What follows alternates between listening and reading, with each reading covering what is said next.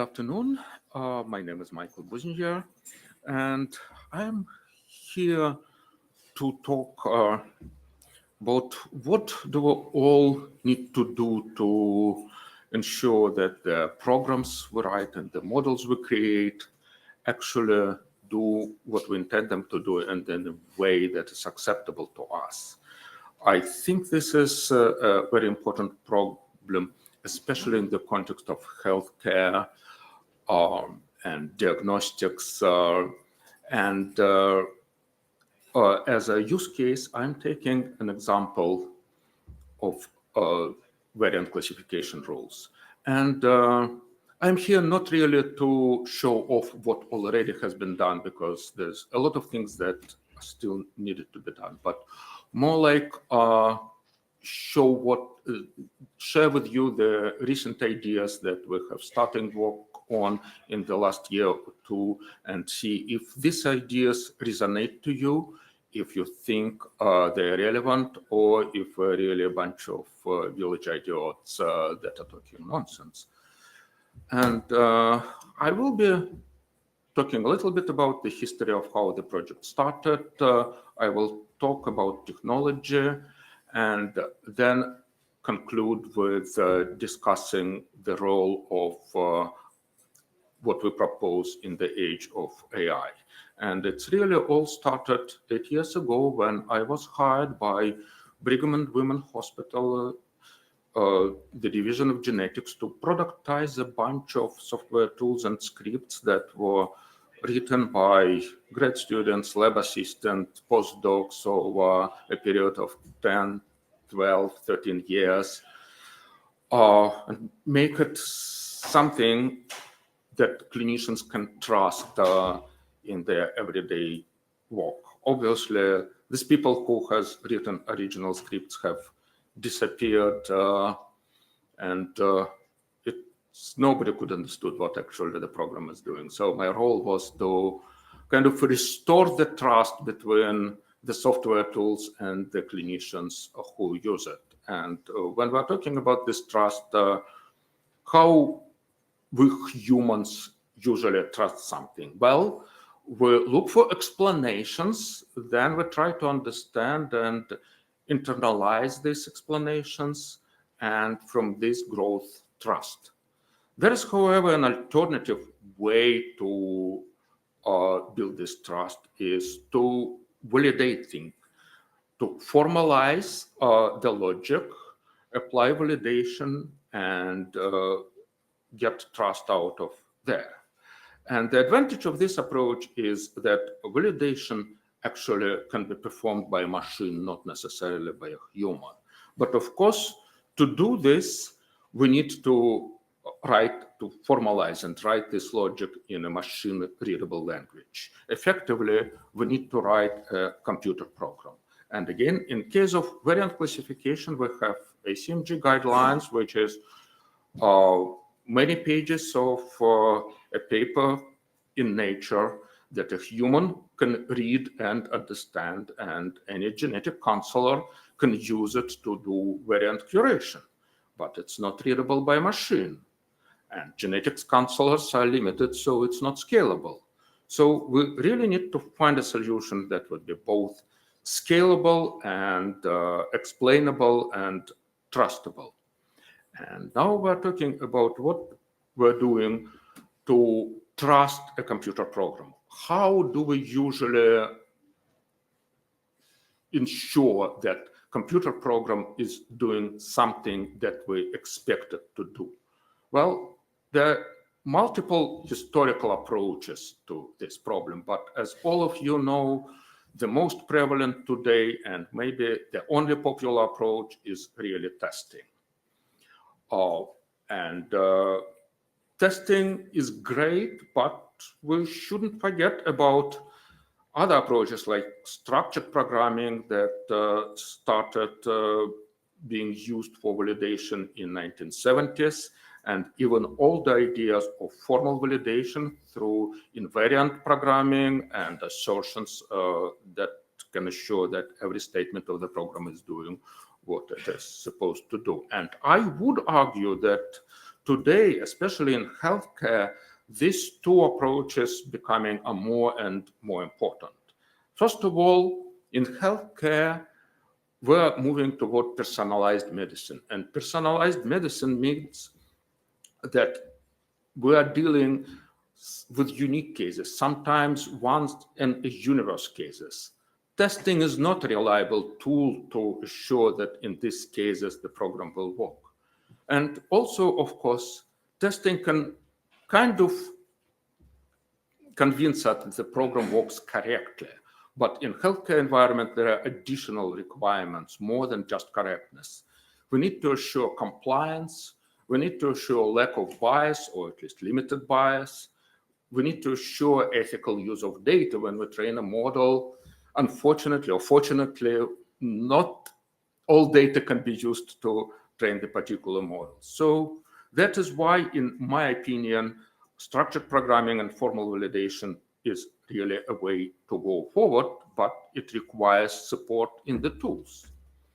And again, let's apply structured programming to variant classification process. Variant classification is really a process of selection of variants of interest.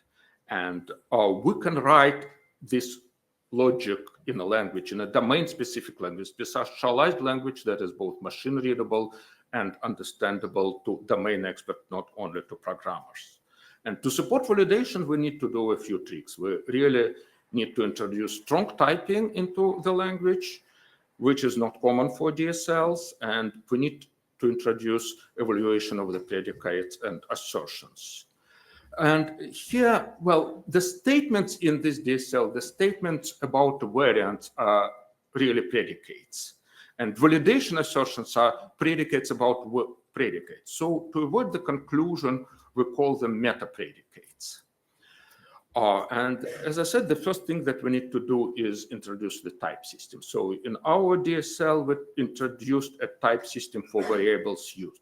Variable is really genetic annotation. It's a piece of knowledge about a specific genetic variants that come out of public or proprietary databases. And for every variant, we can find up to 3,000 different pieces. Some of them are really not relevant at all. The majority are not relevant at all, but a few dozens would be relevant.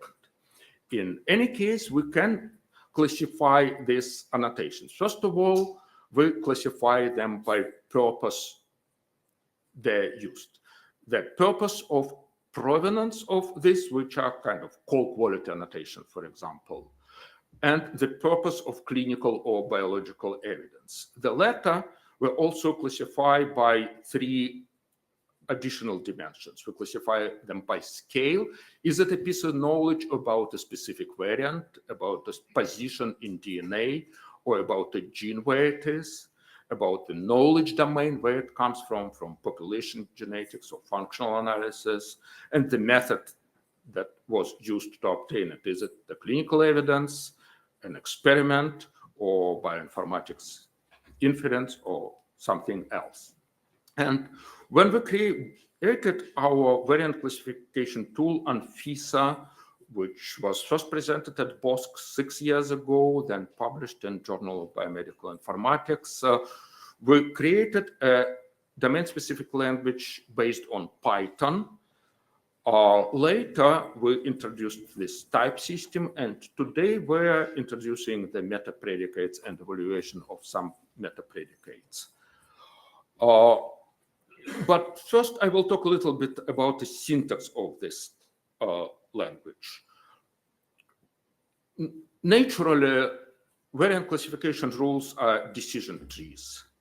However, we prefer to represent them as one decision list, or they also sometimes called nested canalizing function and unate cascades, and explored a lot in the literature. This representation is usually possible with the introduction of just a few additional supplementary variables. And it provides a lot of benefits. First of all, it's really a sequence of inclusion and exclusion criteria, concept very familiar to clinicians. It's widely used in other areas of healthcare. It allows very good visualization. It allows debugging and single variant tracing. We can tell specifically which node of this one decision list classified the variant. And finally, learnability of these models are really very good. It's very, very cheap to train a model using this. This is an example of rewriting a decision tree, which in normal programming language can be represented as a nested if then else statement into a unit cascade, basically a sequence of inclusion and exclusion criteria with a single condition. And then these unit cascades can be easily visualized in a software with information about actually how variants are curated at every node of this. And now the main topic is really the introduction of this meta predicate. So we so far implemented a narrow use case of meta predicates, validation of the type of variables that are used in the main predicate in the statement about classification of a variant. As you see on the left side, we use transcript consequences variable, which is scale is a variant in a transcript, because for different transcripts it will have different values. The knowledge domain is functional genetics, and the method is bioinformatic inference. If I replace it with another variable, most severe consequences, I will immediately get a red frame around this statement and a pop-up telling me that I did something wrong. The same happens if I replace it with the different variables that is not coming from functional genetics, but coming from population genetics. Finally, if I want to trace an individual variant, we have a support for that. You input a variant, and then we can see for every transcript for this variant how it is classified at every node of the tree that actually deals with either rejects it or includes it in the list of the variants of interest. And at the end of my talk, I would like to talk a little bit about using domain-specific languages and writing rules in this way in the age of AI. I often hear that it will all go away next year. We will no longer need AI, will do everything. Well, let's start with the fact that the healthcare in majority of countries is a heavily regulated industry, and unexplainable LLM are no fit for regulated markets that require lineage, quality, provenance, documentation, everything LLMs lack, and everything that can be easily expressed in DSL. And even if we forget about bureaucracy and regulations, the fact is that clinicians usually are at best cautious about AI. However, the fact is software engineers are very enthusiastic, and I will talk in a minute why. But first, I will tell that existence of good deep learning models still can be used. There are a lot of work that has been done from the previous period of neural network hype that happened in the late 90s of the last century that show that most complex models can often be reduced to simple and explainable models like decision trees. And now, why software engineers are really enthusiastic about AI?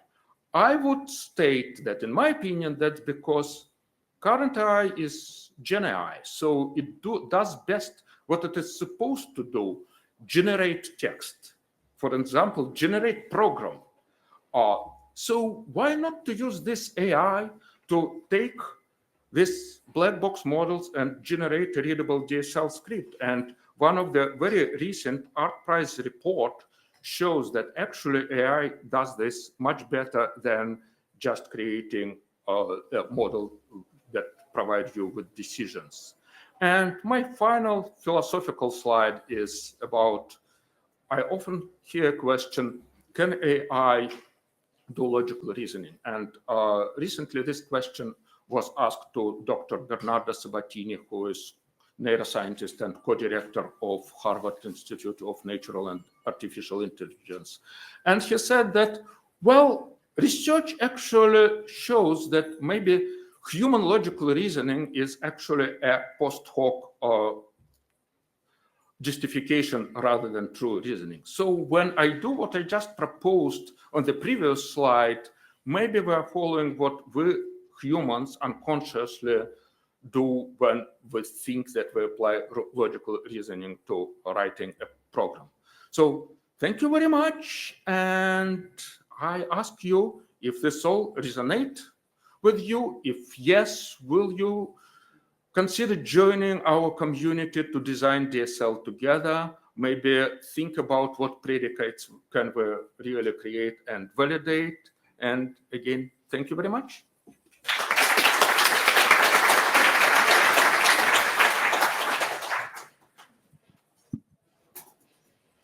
Questions? It's okay, I'll work my way down. Hi, thanks for the good talk. I had a question about ACMG specifically. Part of that language gives some flexibility to the users of it essentially to promote or demote evidence. Is that something you've attempted to address through standardization, or do we just need to wait until the genetics community gets a little more specific and defines it more as a language? Just curious how you approach that. I can tell you how we addressed it. We addressed it through customization. So basically, we created the idea that we really created a development environment, an integrated development environment for creating these evaluation scripts. And every clinician has their opinions. So for every clinician, we created the set of rules that is comfortable for them. Great talk, thank you. And you mentioned provenance and lineage, very important. So glad to have that in discussion. But I was curious if you knew about this open evidence system startup or company in the US that apparently is used by 10,000 hospitals by clinicians, asking questions and getting responses from LLMs with really to help machine reading of publications, right? And I guess there are probably some very serious questions there about lineage and provenance, right? Well, I heard about this company. To be honest, I have not investigated yet this, though. To be honest, my main area of my work is actually data provenance. This is a side work which is not even being funded at the moment. My main area is really data provenance and creating lineage graphs. So that's maybe too big topic to address in a single question today. But thank you very much. That's a great question. Thank you. Any other questions?